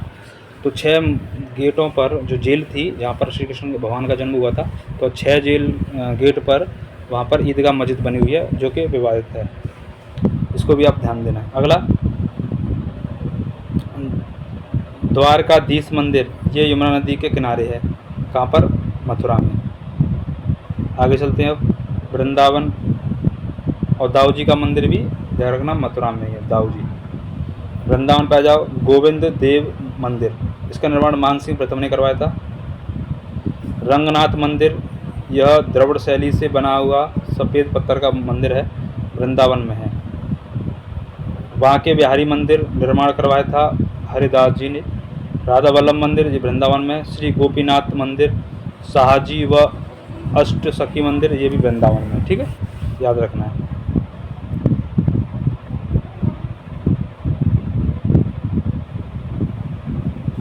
आगे चलते हैं, राधा वल्लभ मंदिर ये भी वृंदावन में है, ठीक है। इसके बाद प्रेम मंदिर पे आ जाओ। प्रेम मंदिर, इसका निर्माण कृपालु जी महाराज ने 2008 में करवाया था और इटालियन संगमरमर से, ठीक है। प्रेम मंदिर वृंदावन में ही है। निधिवन, वंशी घाट, कालीदह, केसी घाट ये सब वृंदावन में है, यमुना नदी पर। गोकुल पर आ जाइए, माता यशोदा और बाबा नंद का घर, यहाँ श्री कृष्ण भगवान का बचपन बीता, ठीक है। और यहीं पर एक जगह घूमने की रमण रेती, जो कि गोकुल से 1 किलोमीटर दूर है, जहाँ पर श्री कृष्ण भगवान जब छोटे थे तब वहाँ खेलने जाते थे, ठीक है, रमण रेती। और वहीं पर लोग जब जाते हैं रमण रेती पर तो बालू है, लोग लौटते हैं। ऐसे श्री कृष्ण भगवान वहाँ पर जब बचपन में थे तो वहाँ लौटा करते थे, वो जगह है रमण रेती। बरसाना, यहाँ पर मूल नाम इसका ब्रह्म सारणी था। श्री राधा जी लाडली जी का निवास स्थान, ठीक है, रावल गांव बरसाना में। यहाँ पर लट्ठमार होली प्रसिद्ध है, ठीक है, कौन सी? लट्ठमार। इसके बाद यहाँ पर मंदिर की बात करें तो यहाँ कीर्ति मंदिर है, श्री राधा रानी लाडली जी का मंदिर है, कीर्ति मंदिर, जिसका निर्माण 2006 में कृपालु महाराज जी ने करवाया था, ठीक है, और इनको पूरा करवाया था इनकी बेटियों ने।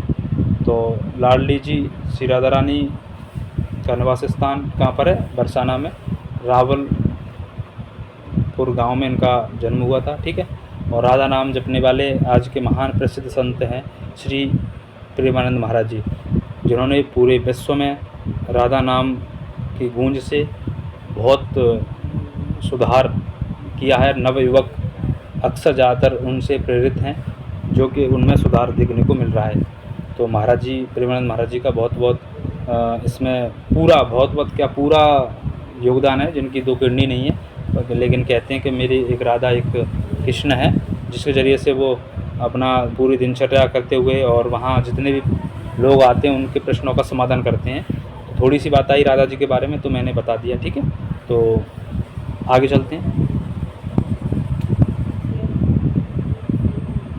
गोवर्धन पर आ जाइए। यहाँ पर गोवर्धन महाराज के बारे में आइए तो गोवर्धन महाराज की पर्वत की ऊंचाई की बात करेंगे तो यहाँ पर जो ऊंचाई है पर्वत की वो लगभग 80 फीट।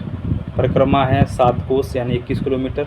और रास्ते में जो पड़ता है राधा कुंड, कुसुम सरोवर, ठीक है, फूलों का सरोवर, मानसी गंगा, गिरिराज मंदिर और दशहरी मंदिर यहाँ पर, ठीक है, पूछड़ी का लोटा, ये सब यहाँ पर पड़ते हैं। तो 7 कोस यानी 21 किलोमीटर की परिक्रमा है और ऊंचाई कितनी है मंदिर की? 80 फीट, ठीक है।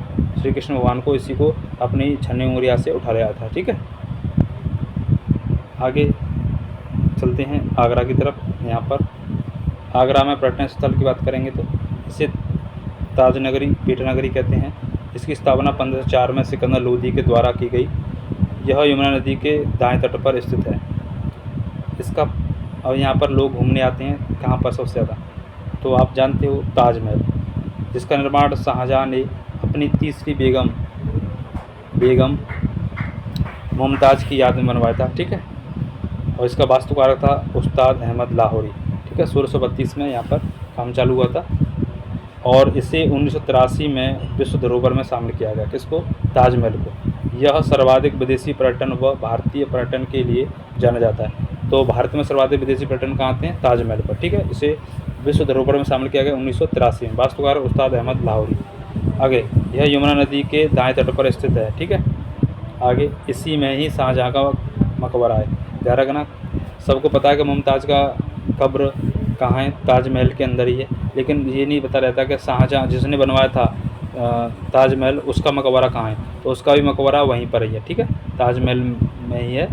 जब घुसते हैं तो सबसे जैसे उसमें मुमताज़ के मकबरे में पहुंचने से पहले लेफ़्ट हैंड पे ही इसका शाहजहाँ का मकबरा है, वहीं पर कब्र बनी हुई है। इसके बाद आगे चलते हैं लाल किले की ओर। यहाँ पर लाल किला, यहाँ देखो, वैसे मैं तुमको चित्र के ज़रिए से समझाता, लेकिन इतना समय नहीं है, तो मैं चाहता हूँ कि आपको कंटेंट मिल जाए, आपको क्वेश्चन सही करना है इसीलिए। तो यहाँ आगरा फोर्ट है, जिसका निर्माण 1565 ईस्वी में अकबर के द्वारा किया गया था। इसके अंदर मोती मस्जिद है, ठीक है, मोती मस्जिद है, और इसका निर्माण शाहजहाँ ने करवाया था। तो एक दिल्ली में भी मोती मस्जिद है, दिल्ली में, उसका निर्माण करवाया था औरंगजेब ने। और आगरा की मोती मस्जिद जो लाल किला के अंदर है, उसका निर्माण कराया था शाहजहाँ ने। आगे इसके बाद कह रहा है, इसके अंदर जामा मस्जिद भी है, ठीक है, जामा मस्जिद, जिसका निर्माण जो करवाया था जहाँ आरा बेगम ने, ठीक है, जहाँ आरा बेगम। तो जामा मस्जिद का निर्माण जहाँ आरा बेगम ने, और मोती मस्जिद शाहजहाँ ने। और इससे लाल किले को जो है विश्व धरोहर में शामिल किया गया था 1983 में, ठीक है, विश्व धरोहर में शामिल किया गया था। इसके बाद आगे चलते हैं। इसके अंदर जयपुरी महल, जिसमें वीर शिवाजी को औरंगजेब ने छल से कैद कर दिया था, ठीक है, उसके बाद वो भी बाहर निकल गए थे, तो वो भी इसी में है। इसके बाद आगे चलते हैं। एतमाद-उद-दौला का मकबरा, निर्माण नूर जहान ने करवाया था। ये सलीम की वाइफ थी, विधवा, जिसने अपने पिता एतमाद-उद-दौला का मकबरा बनवाया था। यह सफ़ेद संगमरमर से बनी पहली ऐतिहासिक इमारत थी, ठीक है, सबसे पहली संगमरमर से बनी सफ़ेद से पहली इमारत थी, और यह यमुना नदी के बाएं तट पर है, ठीक है।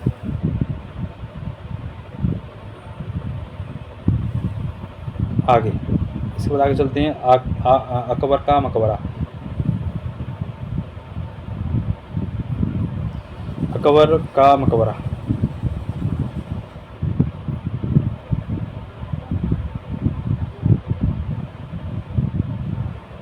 अकबर का मकबरा ये सिकंदरा में, ठीक है, कहाँ पर है, सिकंदरा में। तो आप लोगों को सिकंदरा ध्यान रखना है, सिकंदरा आगरा में, ठीक है। इसके बाद यहाँ पर ये अकबर का मकबरा समझ में आ गई। इसके बाद यहाँ पर ध्यान रखना है, सिकंदरा में, आगरा में अकबर का मकबरा है, लोग जाते हैं देखने के लिए। इसके बाद एक ध्यान रखना, काजी नूरुल्लाह की मज़ार। इसकी मज़ार जो है काजी नूरुल्लाह जो था, तो जहांगीर के समय ईरान से आया एक काजी था, ठीक है, और इसकी मज़ार बनवाई थी यहीं पर आगरा में ही है। इसके बाद आगे चलते हैं। यहाँ पर 22वें जैन तीर्थकर नेमिनाथ, इनका निवास स्थान आगरा में, ठीक है, इनको भी ध्यान रखना है, यहाँ भी जैन धर्म के लोग जाते हैं। इसके बाद कैलाश मंदिर, ये आगरा में है, यहाँ पर कैलाश मेला लगता है सिकंदरा पर। मनकामेश्वर मंदिर आगरा में है, यहाँ भी मेला लगता है, यमुना नदी के किनारे है जी। आगे फतेहपुर सीकरी, इसकी स्थापना अकबर के द्वारा की गई थी। आगरा से जब अकबर चला गया था, इसने अपनी राजधानी फतेहपुर सीकरी बनाई, और यहाँ पर अकबर की आगरा के बाद राजधानी रहा, ठीक है। बुलंद दरवाजे की बात करेंगे तो इसका निर्माण 1575 में अकबर द्वारा करवाया, 1575 में, और इसकी ऊंचाई 173 फीट या 53.6 मीटर और चौड़ाई 35 फीट है, ठीक है। तो 35 फीट चौड़ाई है और 173 इसकी ऊंचाई है। किसकी? बुलंद दरवाज़ा जो सबसे ऊंचा था, वो 173 फीट ऊंचा है और 35 फीट चौड़ा है बुलंद दरवाज़ा, ठीक है।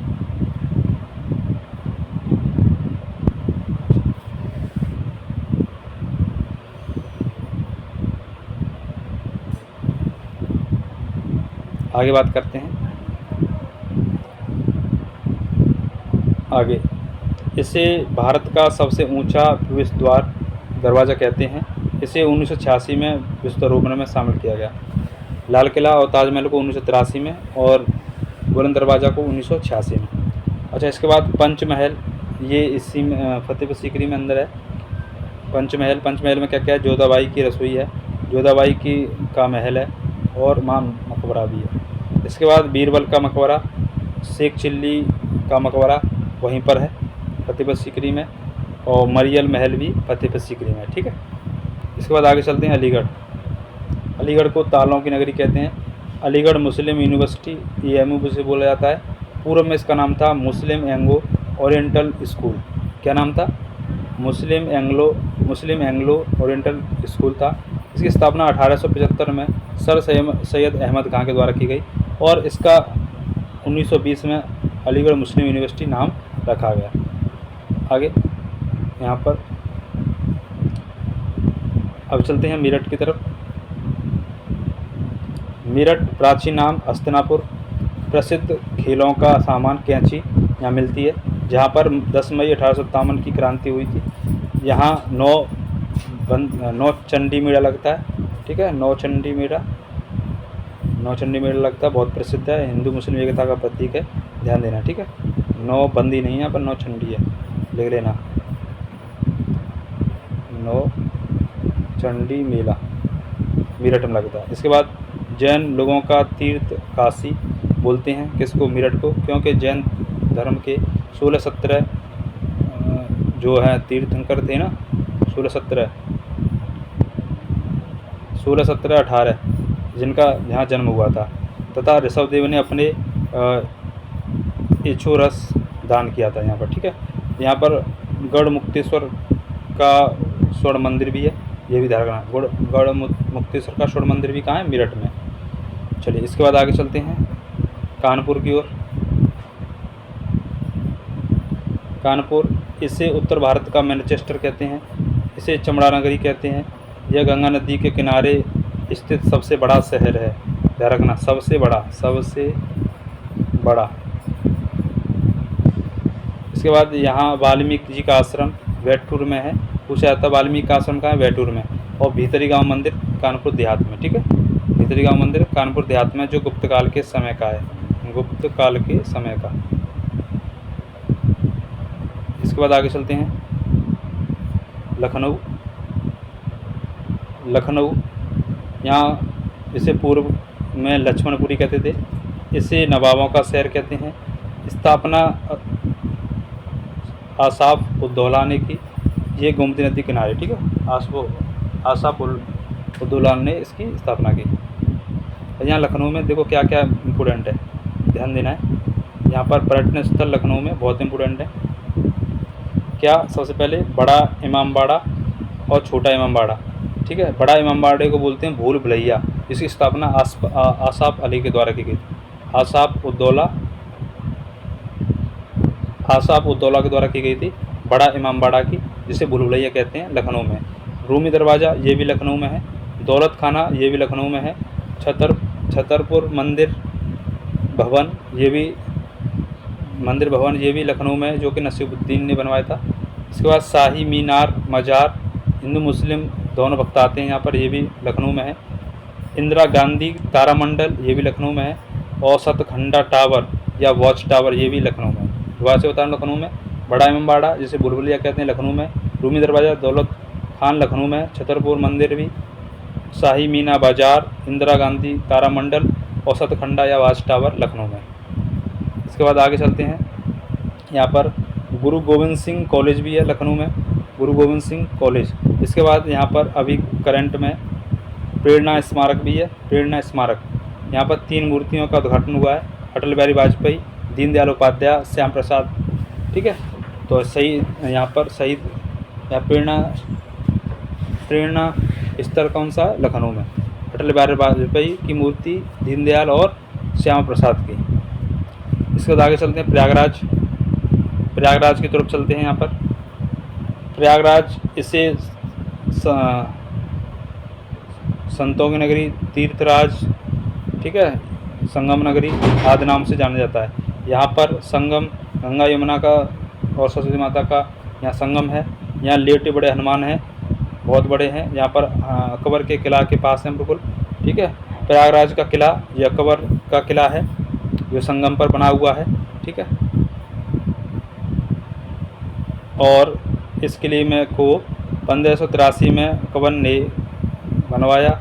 इसके अंदर एक अक्षयवट वृक्ष है, जो कहा जाता है कि भगवान श्री राम जी जब वहाँ पर वन में जा रहे थे, उन्हें जब 14 वर्ष के लिए वन के लिए गए थे, तो वहाँ से जितने भी संत थे अक्षयवट वृक्ष पर बैठे थे, वहाँ पर उनसे आशीर्वाद लेके गए थे और वापस भी वहीं होके आए थे।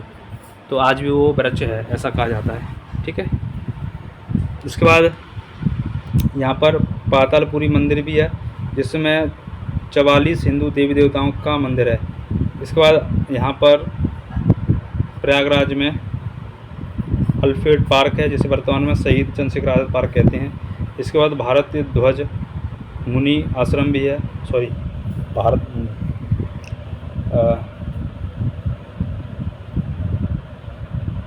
भारद्वाज मुनि, ठीक है, भारद्वाज मुनि आश्रम भी है। और इसके बाद भरत मुनि आश्रम भी है। भारद्वाज मुनि आश्रम और भरत मुनि आश्रम, ये दोनों ही कहाँ पर हैं? प्रयागराज में। इसके बाद खुसरो पार्क प्रयागराज में है, आनंद भवन भी प्रयागराज में। तो आप लोगों को ध्यान रखना है। तो प्रयागराज में इतनी बातें। इसके बाद आगे चलते हैं अयोध्या। तो अयोध्या साकेत नगरी, यहाँ पर हनुमानगढ़ी है, हनुमान जी मंदिर है, और मर्यादा पुरुषोत्तम भगवान श्री राम का जन्म स्थान, ठीक है, जन्मभूमि, जहाँ पर भव्य राम मंदिर बना है। तो इसके बारे में बात करते हैं यहाँ पर जानकारी। इस जो मंदिर की आधारशिला है वो रखी गई थी 5 अगस्त 2020 को नरेंद्र मोदी के द्वारा, और सुप्रीम कोर्ट का निर्णय आया था 5 जो है जजों की बेंच ने यहाँ 9 नवंबर 2019 को निर्णय दिया कि मर्यादा पुरुषोत्तम भगवान श्री राम का मंदिर अयोध्या में ही बनेगा। तो यहाँ पर मंदिर से संबंधित जानकारी देख लीजिए। तो मंदिर की जो प्राण प्रतिष्ठा हुई थी वो 22 जनवरी 2024 को हुई थी। निर्माण श्री राम जन्मभूमि तीर्थ क्षेत्र ने करवाया। शैली थी नागरी शैली मंदिर की। इसके आयाम की बात करेंगे तो मंदिर की लंबाई 380 फीट लंबा था, चौड़ा 250 और ऊंचाई 161 फीट, ठीक है, चौड़ाई 161 फीट, ऊंचाई 161 फीट, चौड़ाई 250 और 380 लंबाई, ठीक है।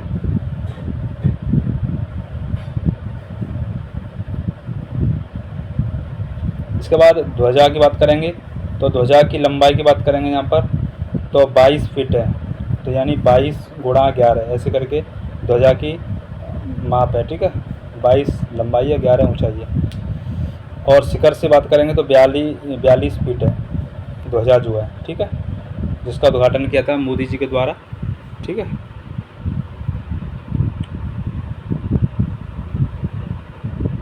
इसके बाद आगे बात करेंगे यहाँ खंबे की बात करें तो खंबा जो है 392, मंडप 5, द्वार 44, मंजिल 3 मंजिल और भूमि पे बना है 2.7 एकड़ भूमि पर। इसके बाद आगे बात करेंगे मंदिर के बारे में। चारों कोनों का पर मूर्ति हैं, सूर्य देव, माँ भगवती, गणेश जी और शिव जी। इसके बाद उत्तरी भुजा पर अन्नपूर्ण माता का मंदिर और यहाँ पर दक्षिण पर हनुमान जी। इस मंदिर के वास्तुकारक चंद्र प्रकाश सोमपुरा कंपनी ने बनाया, L&T कंपनी ने, और इस मंदिर के अध्यक्ष नृत्यांग गोपाल दास। इसके बाद इसके उपाध्यक्ष महासचिव चंपत राय, कोषाध्यक्ष गोविंद देव गिरी। इसके बाद आगे चलें रामलला की मूर्ति के बारे में। एक काले पत्थर से बनी मूर्ति कर्नाटक के कुडुप्पी से लाया गया था ये पत्थर, और इसके जो वास्तुकारक थे अरुण योगीराज। ये इस मूर्ति का वजन है 2 कुंटल 200 किलो। इसकी ऊंचाई है 4.25 या 51 इंच, ठीक है। चौड़ाई है 3 फीट। भगवान इसमें 5 वर्ष का बाल रूप दिखाया गया, ठीक है। भगवान का 5 वर्ष का बाल रूप दिखाया गया, यानी रामलला तभी इनको कहते हैं। और इसमें और क्या क्या है यहाँ पर ध्वजा पर वृक्ष, जो ध्वजा है वो तो मैंने बता ही दिया। ध्वजा जो है 22 गुणा 11 जिसकी लंबाई चौड़ाई है, और इस पर कोबीदार वृक्ष और ओम का चिन्ह है, ठीक है। ध्वजा पर ध्यान रखना।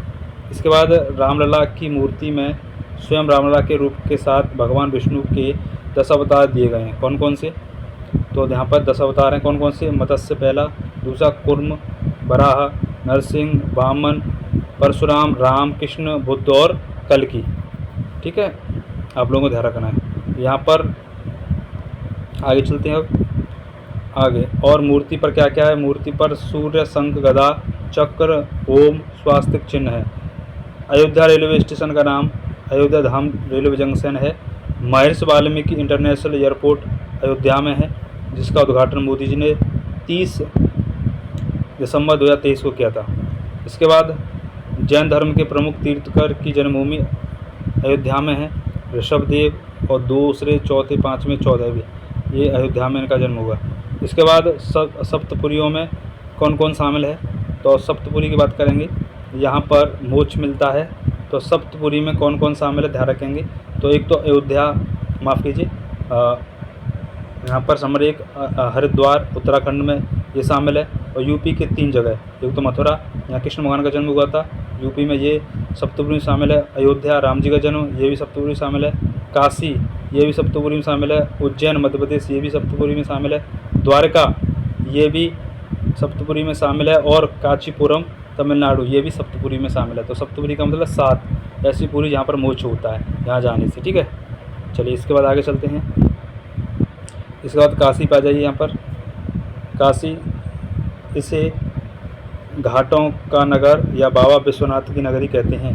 ठीक है, इसमें 24 घाट हैं। यहाँ पर माफ़ कीजिए 84 घाट हैं। यहाँ पर प्रमुख घाट कौन सा है? नमो घाट है और मणकड़का घाट है। यहाँ पर 24 घंटे यहाँ पर चिता जो है वह जलती रहती हैं। ठीक है, आगे दशामावी घाट है, यहाँ पर प्रसिद्ध गंगा आरती होती है। अहिल्या घाट है, अहिल्याबाई। तुलसी घाट है, जहाँ पर तुलसीदास जी ने रामायण लिखी थी। ठीक है, तो ऐसे करके वहाँ पर घाट ही घाट है। आगे वाराणसी तथा बड़ौदा के सहयोग से वाराणसी नाम मिला था और इसका उल्लेख जो है अथर्ववेद में मिलता है वाराणसी का। आगे बाबा विश्वनाथ नगरी, यानी बाबा विश्वनाथ की नगरी, यानी बाबा विश्वनाथ का जो मंदिर है उस मंदिर को ध्वस्त करने वाला था औरंगजेब। ठीक है, और इसका निर्माण करवाया था अहिल्याबाई होलकर ने।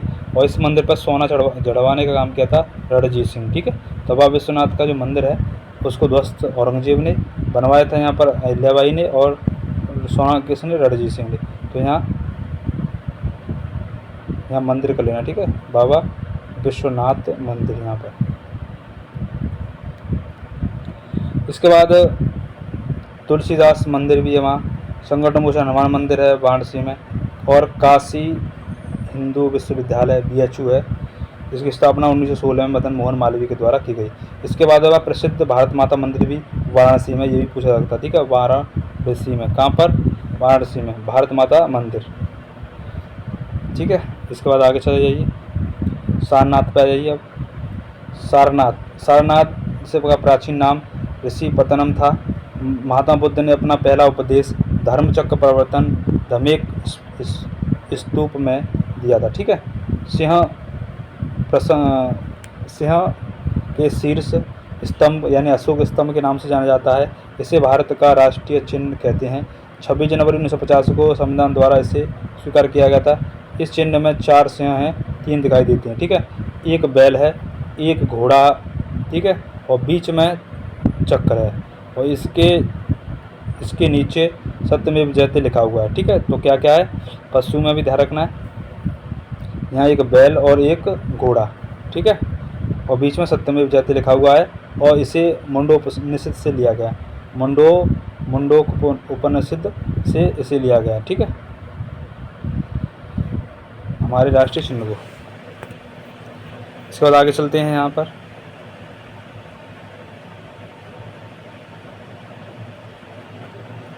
गोरखपुर ये रावी नदी के बाएं तट पर है। बाबा गोरखनाथ का मंदिर नहीं है, और यहाँ पर गोरखनाथ के तप स्थल है यहाँ पर। ठीक है, और नाथ संप्रदाय का शक्तिपीठ है। इसके बाद गोरखपुर यहाँ कह रहा है जहाँ पर 5 फरवरी 1922 को चोरा चोरी कांड हुआ था। इसके बाद आगे ध्यान रखना है यहाँ पर कुशीनगर में जहाँ पर गौतम बुद्ध का कानी की मृत्यु हुई थी 1483 में। यहीं पर बुद्ध की सबसे लंबी वजन वाली लेटी हुई प्रतिमा है, जिसकी लंबाई 6.1 मीटर है। माता कुबर मंदिर यहीं है। और मैत्री परियोजना जापान की मदद से 500 फीट ऊंची बुद्ध की प्रतिमा यहीं पर तैयार की गई है। और मल्लों की राजधानी कुशीनगर है। इतना बात आप लोग ध्यान रखना।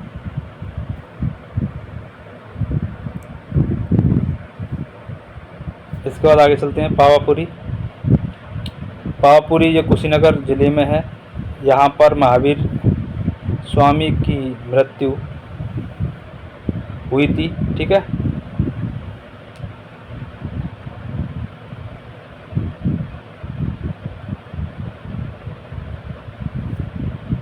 इसके बाद कपिलवस्तु, यहाँ पर सिद्धार्थ, इसे सिद्धार्थनगर भी, यह सिद्धार्थनगर में है कपिलवस्तु, जहाँ पर महावीर स्वामी का जन्म हुआ। और यह शाक्य गणराज्य की राजधानी है।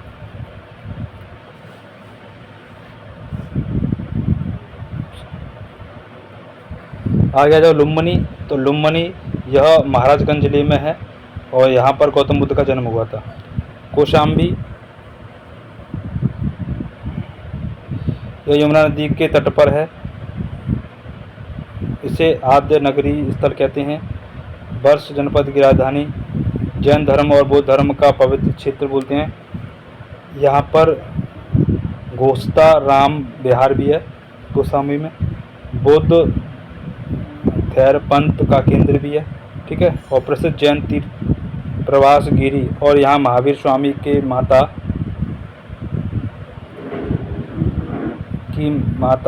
शक्ति की दीक्षा दी गई। ठीक है।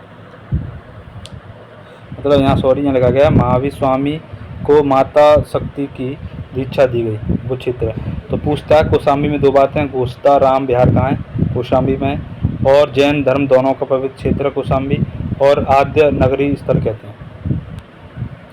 इसके बाद आगे कड़ा कौशाम्बी में है। संत मलुकदास की जन्मस्थली पूछता है, संत मलुकदास की जन्मस्थली कहाँ पर है, तो कड़ा कौशाम्बी में, गंगा यमुना नदी का दोहा पर है। आगे कन्नौज एक नगरी बोलते हैं। प्राचीन नाम महोदयश्री, गंगा नदी के तट पर है। हर्षवर्धन की राजधानी है। जयचंद्र राजा का किला यहीं है। पद्मावती सती का मंदिर भी है और क्षेमकली देवी का मंदिर भी है। ठीक है। इतनी बात आप लोग ध्यान रखना। ऐसे आ जाओ कालेंजर का किला, ये बांदा में है। बांदा शेरशाह सूरी की मृत्यु यहीं हुई थी।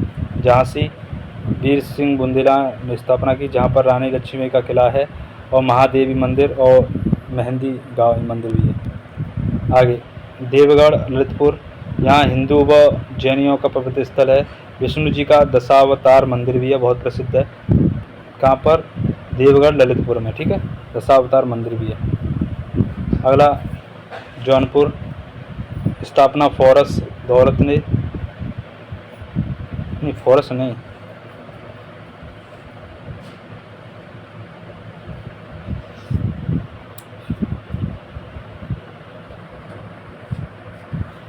यहाँ फिरोज शाह तुगलक होगा। ठीक है। फिरोज शाह तुगलक ने स्थापना की, इसे सिराज हिंद बोलते हैं और गोमती नदी के तट पर है। यहाँ अटाना मस्जिद, लाल दरवाज़ा और जावा मस्जिद,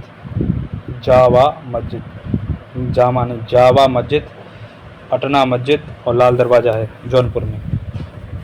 अटना मस्जिद, लाल दरवाज़ा और जावा मस्जिद। ठीक है। इसके बाद आगे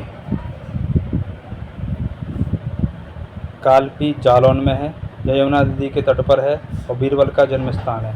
कालपी जालौन बीरबल का जन्म स्थान। फिरोजाबाद यहाँ चूड़ियों के लिए प्रसिद्ध है। सुहाग नगरी, बीरबल नगरी बोलते हैं। और यहाँ 1194 में मोहम्मद गौरी ने जयचंद की हत्या की थी। आगे नेमी सारड सीतापुर, यहाँ 88,000 ऋषियों की तपोभूमि का वाला क्षेत्र है नेमी सारड। इसके बाद मगहर संत कबीर नगर में, यहाँ पर कबीरदास जी का जन्म हुआ था। सुकुरताल या मुजफ्फरनगर में, यहाँ महर्षि सुखदेव को 7 दिन की कथा सुनाई गई थी। इसके बाद चित्रकूट पर आ जाइए। चित्रकूट मंदाकिनी नदी पर, यहाँ पर भगवान राम, माता सीता, भाई लक्ष्मण ने सहित 12 वर्ष तक यहाँ पर रहे थे। और कामदनी पर्वत यहाँ है। कामदगिरी पर्वत की परिक्रमा जो है 12.2 किलोमीटर है। यहाँ पर राम घाट, कैलाश घाट और भी घाट है, ठीक है। यहाँ पर सती अनुसुईया अत्रि मुनि का आश्रम भी है। कहाँ पर? चित्रकूट में सती अनुसुईया और अत्रि जी का आश्रम पूछता है, ठीक है। इसके बाद बहुत इम्पोर्टेंट, देवा शरीफ बाराबंकी, यहाँ पर वासी, ठीक है, वारिस अली खान, यहाँ लिखा हुआ है वारिस अली खान की मज़ार है। प्रसिद्ध मेला भी लगता है, ठीक है, यहाँ पर, ठीक है, वाजी अली खान।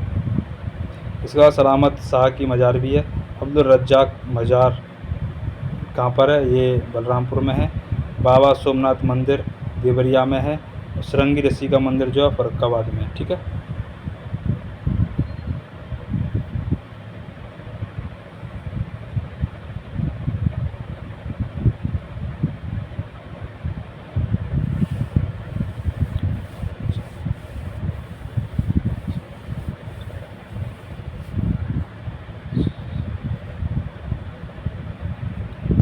इसके बाद आगे चलेंगे तो यहाँ श्रृंगी जी का आश्रम कहाँ है? फर्रुखाबाद में। बड़ा भगवान ईटा में मंदिर है। जेके मंदिर कानपुर में। देवी पाटन मंदिर तुलसीपुर बलरामपुर में। देवी पाटन मंदिर तुलसीपुर बलरामपुर में। जेके मंदिर कानपुर में। बड़ा ईटा में श्रृंगी जी का आश्रम यहाँ पर फर्रुखाबाद में।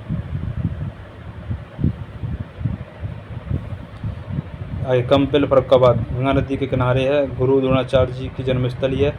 द्रुपद का किला द्रुपद यहाँ पर ही है। कहाँ पर? कंपिल में ही है, ठीक है। यहाँ पर कपिल मुनि का आश्रम है। कल्पेश्वर करनाथ मंदिर भी है और जैन श्वेतांबर दिगंबर मंदिर भी है। इसके बाद आते हैं उत्तर प्रदेश पर्यटन विभाग की स्थापना 1956 में। उत्तर प्रदेश का निदेशालय 1972 में। तो पर्यटन विभाग की स्थापना 1956 में, निदेशालय बना 1972 में।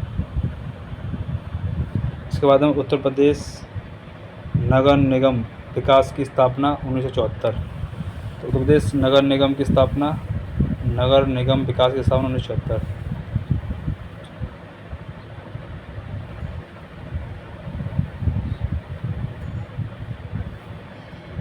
आगे 1998 में पर्यटन को उद्योग का दर्जा दिया गया। 2000 से 2001 में यूपी में पर्यटन पुलिस का गठन किया गया। सर्वाधिक विदेशी पर्यटन आगरा में और लखनऊ में, ठीक है, और वाराणसी में आते हैं। ये आप लोगों को ध्यान रखना, ठीक है। तो 3 बातें ध्यान रखो। उत्तर प्रदेश पर्यटन विभाग की स्थापना 56 में, निदेशालय 72 में, नगर निगम विकास 74 में, और पर्यटन नीति आई थी, उद्योग में पर्यटन नीति को शामिल किया गया था 1998 में। तो जो हो गया आपके आगे। इसके बाद थोड़ा सा और रह गया, हाँ ये हो गया, ठीक है। तो ये हो गया आपके यहाँ तक। अब इसके बाद हम फिर सेकंड वीडियो देखते हैं, ठीक है। थोड़ा सा वीडियो बड़ा हो गया। अब ये सेकंड पार्ट हम सेकंड पार्ट में हम आधा कर लेंगे, ठीक है। तो चैनल को सब्सक्राइब करके जुड़ जाएँ आप वीडियो देख रहे हो तो। और मैं आपको बताऊँ आपको PDF इसका कहाँ मिलेगा। तो आपको क्या करना है, यहाँ पर मैं नंबर दे रहा हूँ 8630635846। इस पर आप व्हाट्सअप कर देना और आपको PDF मिल जाएगा, ठीक है। और चैनल को सब्सक्राइब करें। धन्यवाद। जय हिंद, जय भारत, वंदे मातरम, जय सीताराम।